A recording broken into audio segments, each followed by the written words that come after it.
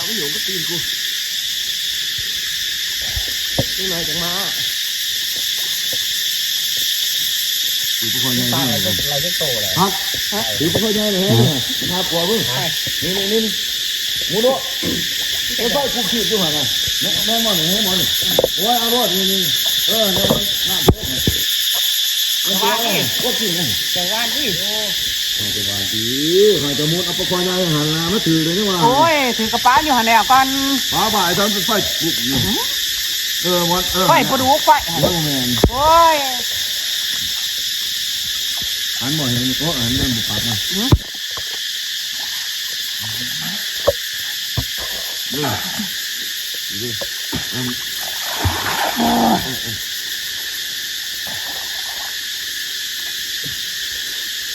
ว่าอยู่ว่ากับตัวไผ่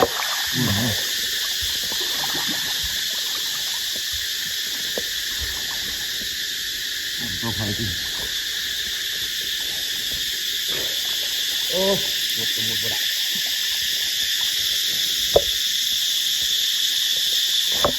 ถ้าบุกที่บัวเป็นข้าคือแฮกขึ้นตา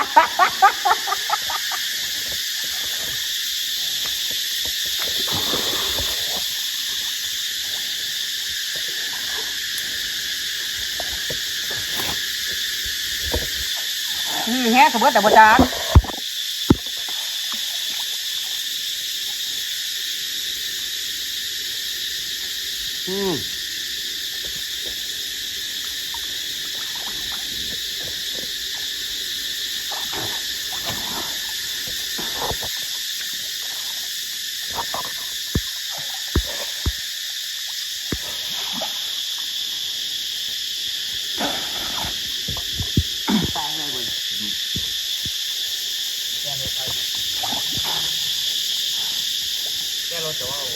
มาเจอรถลูกค้างอะไรมาหากูเด้อมุดแดดกูเด้อนั่นเบิดแดดแก้รถกัน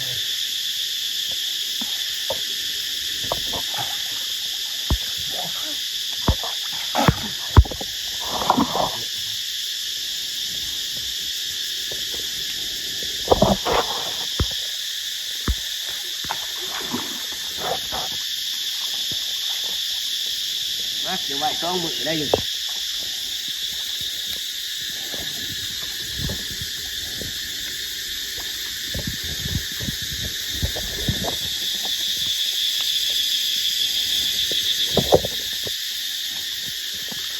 ลูกกินเบิดละโอ้ยน่านี่โอ้ยแม่ปวดเลยปวดลงเลยปวดเลยปวดมาเท่าไหร่โจ๊กยังไงเนี่ยโจ๊กตามหากูสอบมาเท่าไหร่เก่งเลยใช่ไปเท้าขึ้นจะได้ก็ฟันถือว่าสุก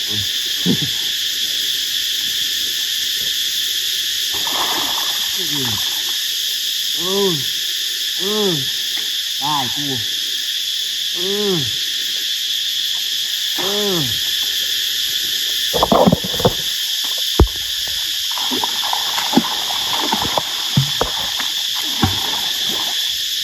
ฮ่าก็มาเห็นกว่าเห็นตะปูเห็นปลูกประกอบหน่อยทุกมุดโอ้เสียมันไปตอมเท่าไหร่มันแดงตาตายมันงุ่มนั่นจ้ะ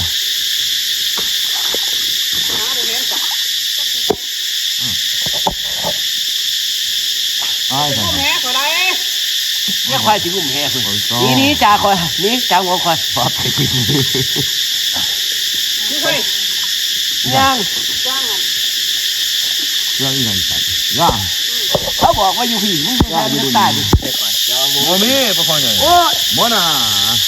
ขอยยิงงุ่มเอาเองคอยเท่านั้นตั้งกันต้นน้องโอ้ลูกเลยตำม่องผู้ลูกปลาตามองครับ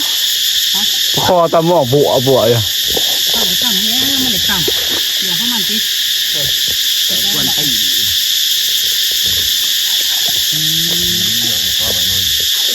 จะมันหาได้หาดีเพราะที่ไรจะนครเลยที